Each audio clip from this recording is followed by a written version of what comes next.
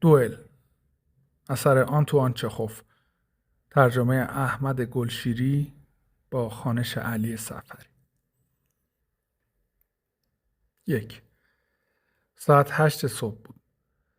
افسرها، کارمندان و مسافران معمولاً به دنبال شبی داغ و خفقان‌آور تنی به آب می‌زدند و سپس راهی کلاه‌فرنگی می‌شدند تا چای یا قهوه بنوشند.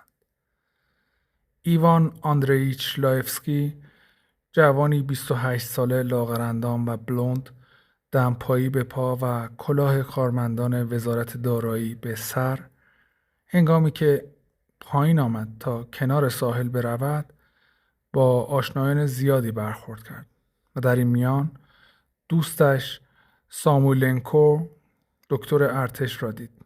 سامویلنکو با آن سر کاملا تراشیده، گردن کوتاه، چهره سرخ، دماغ بزرگ، ابروان سیاه پشمالو و ریش خاکستری و نیز با آن تن و اندام فربه و گوشتالو و صدای بم و دورگه افسران ستاد توی ذوق میزد و در نظر هر تازه وارد آدمی قلدر و افسری جاه طلب به حساب می آمد. اما 2-3 روزی که از برخورد اول میگذشت، چهرهش رفته رفته مهربان، خوشایند و حتی زیبا به نظر می رسید. او با وجود اندام ناساز و رفتار خشن، آدمی ملایم، بسیار صمیمی، خوش اخلاق و آماده کمک به دیگران بود. در شهر با همه روابط صمیمانه داشت. به همه پول قرض میداد. آدمها را درمان میکرد، وسایل عروسی فراهم میکرد، افراد را آشتی میداد و پیکنیک هایی را تدارک میدید و در آنها کباب شیشلیک و سوپ خوشمزه ماهی دریای سیاه آماده میکرد. آدم هر وقت با او روبرو میشد مشغول انجام کاری برای یک نفر بود یا داشت برای کسی دادخواست تهیه میکرد و همیشه چهرهش به خنده باز بود، چون احتمالاً مشکلی را از پیش پای کسی برداشته بود. عقیده عموم را بر این بود که هیچ کس نمیتواند به او عیب و ایرادی بگیرد، اما تنها 2 نقطه ضعف داشت. یکی آن که از مهربانی خود شرمنده بود و سعی می‌کرد آن را در پس نگاه عبوس و خشونت ظاهری پنهان کند، و دیگر آن که خوشش می‌آمد دستیاران و سربازان او را عالی جناب خطاب کند. هرچند تنها یک مشاور رسمی بود. همین الان که لایفسکی توی آب شانه به شانه ساموئلینکو شد، گفت: الکساندر داویدیچ، به این سوال من جواب بده ببینم. فرض کن یه دل نه 100 دل عاشق زنی شده ای. خیلی هم باهاش خودمونی هستی. اینطور بگم، مدتی باهاش زندگی کردی.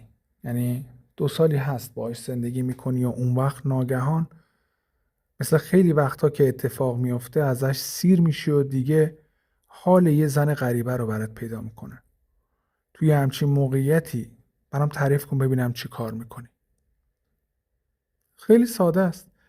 بهش میگم عزیز جانم، ما برای هم ساخته نشدیم. هر جا عشقته میتونی بری. همین. گفتنش آسونه جونم. اومدیم این خانم جایی رو برای رفتن نداشته باشه. زن تنهاییه. قوم و خویش نداره. یه کپک هم پول نداره. از این گذشته کاروباری هم نداره. در این صورت جون دل من 500 روبل مینداختم پیشش یا ماهی 25 روبل براش تعیین میکردم. قضیه تموم شد، میرفت پی کارش. به همین سادگی. فرض کنیم 500 روبل یا ماهی 25 روبل رو داری بهش بدی. اما زنی که من دارم ازش تعریف میکنم زن تحصیل کرده و مغروریه. به همچین زنی چطور میتونی پیشنهاد کنی که پول بگیره و به چه زبونی؟ ساموئیلنکو میخواست جواب بدهد، اما در این لحظه موج عظیمی آن دو را در بر گرفت، به ساحل برخورد و با سر و صدا به روی ماسه ها برگشت. 2 دوست بیرون آمدند و توی ساحل به پوشیدن لباس مشغول شدند. ساموئیلنکو ماسه ها را از روی چکمه‌اش تکاند و گفت: البته زندگی با زنی که آدم دوستش نداشته باشه مشکله. اما وانیا جان، آدم به جنبه انسانی قضیه هم باید نگاه کنه. اگه من تو همچین موقعیتی قرار می گرفتم نمیذاشتم بفهمه دوستش ندارم و تا آخر عمر باهاش زندگی می کردم. آن وقت ناگهان از حرفهای خود شرمنده شد و خودش را گرفت و گفت البته اینو بهت بگم، من برای زنها تره خورد نمی کنم. مردشور همشونو ببر. دو دوست لباسشان را پوشیدند و عازم کلاه فرنگی شدند. ساموئیلنکو آنجا برایش حکم خانه اش را داشت و حتی بشقاب و قاشق و چنگال و فنجان و نلبکی مخصوص خود را داشت. هر روز صبح برایش در یک سینی یک فنجان قهوه، یک لیوان کریستال بلند، آب یخ و یک لیوان کنیاک می آوردند. باریکلا صبح اول صبح. او ابتدا کنیاک را سر می کشید، سپس قهوه را می خورد و بعد آب یخ را. ظاهراً این ترکیب به مذاقش سازگار بود، چون بعد از آن شنگول می شد. دستی به ریشش می کشید، به دریا خیره می شد و می گفت چه منظره باشکوهی. لایفسکی بعد از سپری کردن شبی طولانی با افکار بیهوده و بی سر و ته جنگیده بود و خواب به چشمانش نرسیده بود و ظاهراً سبب شده بود که بیرحمی و سیاهی شب برایش تشدید شود. احساس میکرد رمقی برایش نمانده و داره دست پا میافتد و آبتنی و قهوه تأثیری بر حالش نداشته است. گفت الکساندر داویدیش، بیا صحبتامون رو دنبال کنیم. چیزی رو از تو پنهان نمی کنم. من همه چیز رو برات میگم. وضع من و ناجدنا فدوروفنا خیلی ناجوره. از اینکه مسائل خصوصی زندگیم رو با در میون میذارم عذر میخوام. آخه من باید با یکی حرف بزنم. ساموئیلینکو که لب مطلب را پیش بینی کرده بود، چشمهایش را زیر انداخت و با انگشتانش شروع کرد روی میز ضرب گرفتن. لایفسکی دنباله حرفش را گرفت. 2-3 ساله باهاش زندگی کردم و دیگه دوستش ندارم. دقیق‌تر بگم، به این نتیجه رسیدم که اصلا دوستش نداشتم و توی این 2 سال من خودمو فریب میدادم. لایفسکی عادت داشت در موقع حرف زدن به دقت به کف دست‌های صورتی رنگش خیره شود. ناخن‌هایش را بجود یا سردست‌های پیراهنش را خم و راست کند و حالا مشغول همین کار بود. گفت خوب میدونم که کاری از دست تو ساخته نیست. اما علت این که دارم برات تعریف میکنم اینه که تنها راه نجات برای آدمای شکست خورده و صاف و ساده مثل من درد دل کردنه. من ناگزیرم هر کاری را انجام میدم تعمیم بدم و توضیح و توجیهی برای زندگی احمقانه‌ام در نظریه‌های دیگران پیدا کنم و همینطور در نمونه‌های ادبی، در اینکه اشرافیت ما در حال پوسیدن و از اینجور چیزها. دیشب راجع به این موضوع زیاد فکر کردم و تسکینم پیدا کردم. به خصوص حرفای تولستوی تسکینم داد. اگه بدونی گفته‌های تولستوی چقدر با زندگی میخونه، چقدر بیرحمانه اونا رو بیان میکنه، اون وقت حالم بهتر شد. در حقیقت دوست عزیزم میخوام بگم اون نویسنده بزرگیه. حالا تو هر چی میخوای بگو. ساموئیلنکو که تک تک روزهای زندگی تصمیم گرفته بود آثار تولستوی را بخواند، اما این تصمیم خود را هیچگاه به مرحله عمل نرسانده بود، دست و پایش را گم کرد و گفت آره، تمام نویسنده ها از تخیلاتشون مایه میذارن، در حالی که تولستوی یه راست میره سراغ زندگی. لایفسکی آهی کشید و گفت خدایا، چطور تمدن ما رو تو چنبره خودش گرفته؟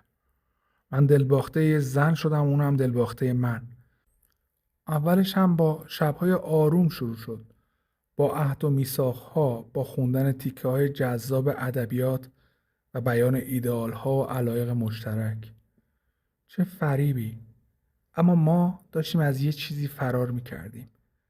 از تهی بودن زندگیامون در میان طبقه روشنفکر. مثلا زندگی که برای خودمون ترسیم می‌کردیم این بود: اول پا میشیم میریم قفقاز و همونطور که با مردم اونجا، با محیط اونجا آشنا میشیم، من اونیفرم کارمند دولت رو تن میکنم و به خدمت دولت در میام. بعدش یه قطعه زمین توی روستا میگیریم و با دست خودمون اونجا رو تبدیل به یه باغ انگور نمونه میکنیم و از اینجور نقشا. اگه تو یا اون دوست زیستشناس تو فون کارن جای من بودین، احتمالاً 30 سال آزگار با نادژدا فدورفنا زندگی میکردین و بعدش هم یه انگورستان نمونه و 10,000 جریبی زمین که سر تا سرش ذرت کاشته شده باشه برای وارثاتون میذاشتین. اما من از همون روز اول شکست خوردم. اینجا توی شهر هوا داغه، کسل کننده است، معاشرتی در کار نیست و اون وقتی آدم راه میفته میره توی مزرعه احساس میکنه پشت هر سنگ و بوته‌ای مار و عقربه‌های زهرآلود کمین کردن و بعد از مزارع تا چشم کار میکنه کوه و دشت. آدمای بیگانه، طبیعت بیگانه، فرهنگ حقیر و قبلا داشت من چه تصوراتی داشتیم.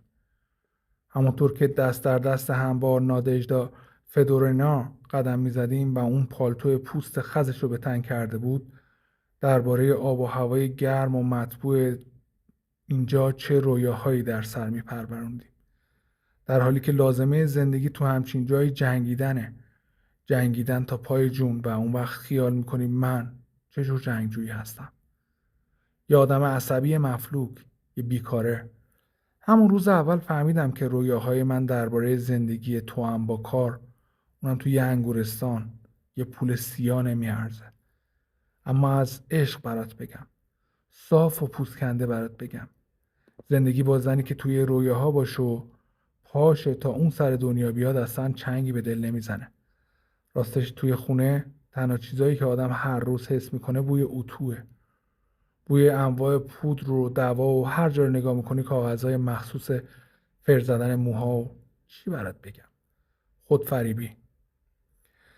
ساموئلنکو که چهرهش از شنیدن حرفهای بی‌پرده لایفسکی درباره زنی که میشناخت برافروخته شده بود گفت: ببین وانیا، تو امروز از اون دنده بلند شدی. نادژدا فدورینا زن فوق‌العاده‌ایه، با فرهنگه.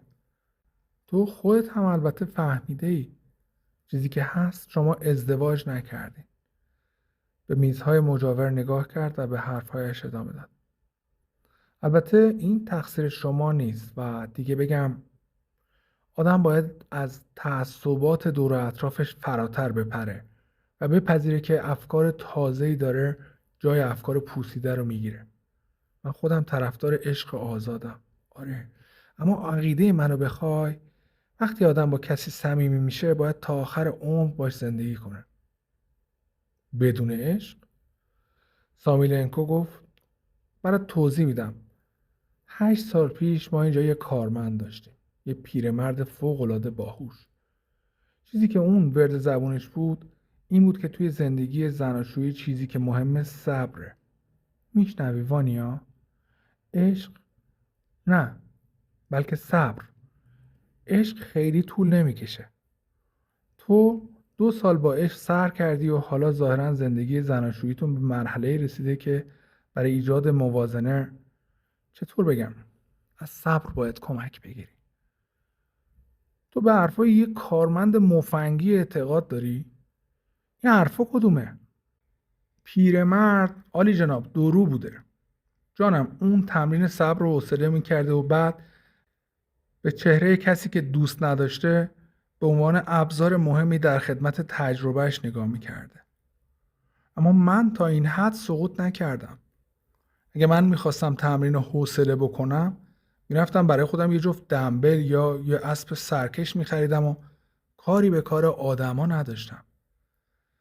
ساموئلنکو شراب سفید و یخ سفارش داد و وقتی هر دو گیلاسی نوشیدن لایفسکی ناگهان گفت: اینو میخواستم ازت بپرسم.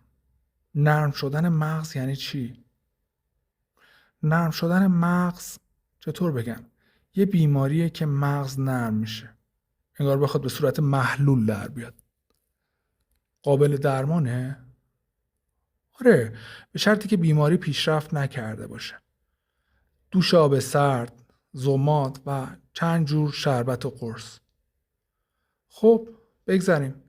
میبینی که این وضعی که من پیدا کردم دیگه از تحمل من خارج شده.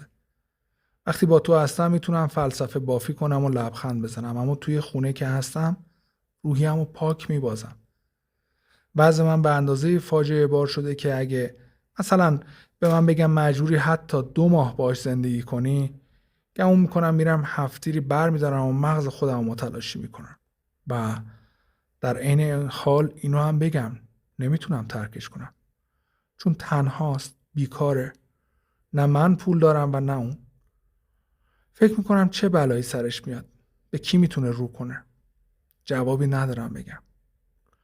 خب حالا با این حرفایی که برات گفتم من چه کار باید بکنم؟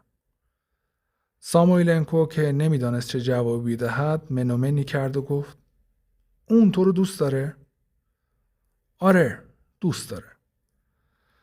در حدی که زنی به سن و سال اونو با اون خلق و خوب مردی نیاز داشته باشه. از نظر ایشون از دست دادن من به همون اندازه براشون شاقه که پودر و کاغذهای فر زدنشون رو بخوان از چنگشون در بیارم. بنده برای ایشون جزء لازم و جدای ناپذیر اتاق آرایششون به حساب میام. سامویلنکو دست پاچه شد و گفت امروز تو حالت خوش نیست. وانیا حتما خوب نخوابیدی. آره، بد خوابیدم. دوست عزیز، حال خوبی ندارم. انگار توی کلمو دارن خالی میکنن. قلبم داره سنگین میشه. احساس ضعف میکنم. باید بزنم به چاک. کجا؟ اون بالاها، شمال، جای کاجها، انسانها، ایده ها. حاضرم نیمی از عمرمو بدم تا جایی توی استان مسکو یا تولا باشم. توی نهر شنا کنم، سردم بشه، بعد چند ساعتی حتی شده با معمولی ترین دانشجو قدم بزنم. تا میتونیم حرف بزنیم، بوی زندگی رو حس کنم. شبها رو توی باغ با دوستان صمیمی بگذرونم و صدای پیانو خونه رو پر کرده باشه. لایفسکی از شادی خندید. اشک در چشمانش حلقه زد و برای آنکه اشکها را پنهان کند بیان که از جا بلند شود، دستش را دراز کرد، از روی میز مجاور کبریتی برداشت. ساموئیلنکو گفت من که 18 سال مسکو نبودم. اصلا فراموش کردم چه شکلیه. عقیده منو بخوای تو دنیا به زیبایی قفقاز جایی پیدا نمیشه. ورشچاگین یه تابلو داره که چند تا آدم محکوم به مرگ و تهیه چانشون میده که دارن میپوسن. قفقاز زیبای شما در نظر من حکم همین چاهو داره. اگه به اختیار من میگذاشتن که بین بخاری پاک کنی در پترزبورگ و شاهزادگی در قفقاز یکی رو انتخاب کنم، بیدرنگ پا میشدم میرفتم پترزبورگ. لایفسکی در فکر فرو رفت. ساموئیلنکو به اندام خمیده لایفسکی نگاه میکرد. به چشمانش که به نقطه خیره شده بود. به چهره عرق کرده و پرید رنگ و شقیقه های گود افتاده. به ناخن‌های جویده شده و به دمپایی‌هایش که از پاشنه پایش آویزان بود و جوراب وصل شده‌اش را نشان داد. متأثر شد و احتمالاً به این دلیل که لایفسکی او را به یاد کودک درمانده میانداخت پرسید مادرت زنده است؟ آره، سر یه موضوع میونمون شکراب شده. منو نبخشیده. ساموئیلنکو به دوستش علاقه داشت. لایفسکی در نظر او مردی خوشنیت، دانشجویی بی شیله پیله و آدمی بی تکلف بود که میشد با او گیلاسی زد. خندید و ساعتها درد دل کرد. لایفسکی در عین حال خصوصیاتی داشت که برای ساموئیلنکو قابل درک بود، اما از ته دل از آنها بدش می آمد. لایفسکی وقت و بی وقت و به حد افراط مشروب می خورد. در صحبتهایش حرفهای رکیک به کار می برد. در خیابان با دمپایی رفت و آمد می کرد و جلوی مردم با نادژدا فدورفنا بگو مگو داشت. این نکته ها برای ساموئیلنکو قابل درک بود، اما خصوصیاتی را که درک نمی کرد یکی آن بود که لایفسکی زمانی در دانشکده فلسفه درس می خوانده. دیگر آنکه 2 مجله قطور را مشترک بوده. سوم آنکه بیشتر اوقات مسائل جالبی را مطرح می کرد و درباره آنها به بحث می پرداخت که عده اندکی درک می کردند. و چهارم آنکه با زنی تحصیل کرده زندگی می کرد و به خاطر همین ها بود که ساموئیلنکو او را تحسین می کرد و بالاتر از خودش می دانست. لایفسکی سرش را تکان داد و گفت یه موضوع مهم دیگه هم هست که باید بین خودمون بمونه و من فعلا به اون حرفی نمیزنم. تو هم در حضور اون چیزی نمیگی. 2 روز پیش نامه‌ای به دست من رسید که توش نوشته بود شوهرم از نرم شدن مغز مرده. ساموئلینکو آهی کشید و گفت خداوند درهای رحمتش رو به روش باز کنه. ولی چرا از اون پنهان میکنی؟ نشون دادن نامه به اون به معنای حضور در کلیسا و ازدواج کردنه. آخه ما اول باید رابطمون رو با هم روشن کنیم. هر وقت قانع شد که ادامه زندگی ما ممکن نیست، نامه رو بهش نشون میدم. در اون صورت من در امانم. ساموئلینکو گفت یه چیزی رو میدونی وانیا؟ و ناگهان چهرهش از غم و التماس پوشاند. گویی در صدد بود موضوع جالبی را مطرح کند، اما میترسید درخواستش رد شود و افسود بیا باهاش ازدواج کن دوست عزیز. برای چی؟ برو جلو. وظیفت رو در قبال این زن فوق‌العاده انجام بده. شوهرش مرده و پروردگار خودش تو رو راهنمایی میکنه چی کار کنه. آخه آدم بیعقل چرا نمیفهمی این کار غیر ممکنه؟ ازدواج بدون عشق درست حال عبادت بدون ایمانو داره. مجبوری جونم. بفرمایید ببینم چرا مجبورم؟ چون تو این وضع براش به وجود آوردی و حالا هم مسئولیت داری.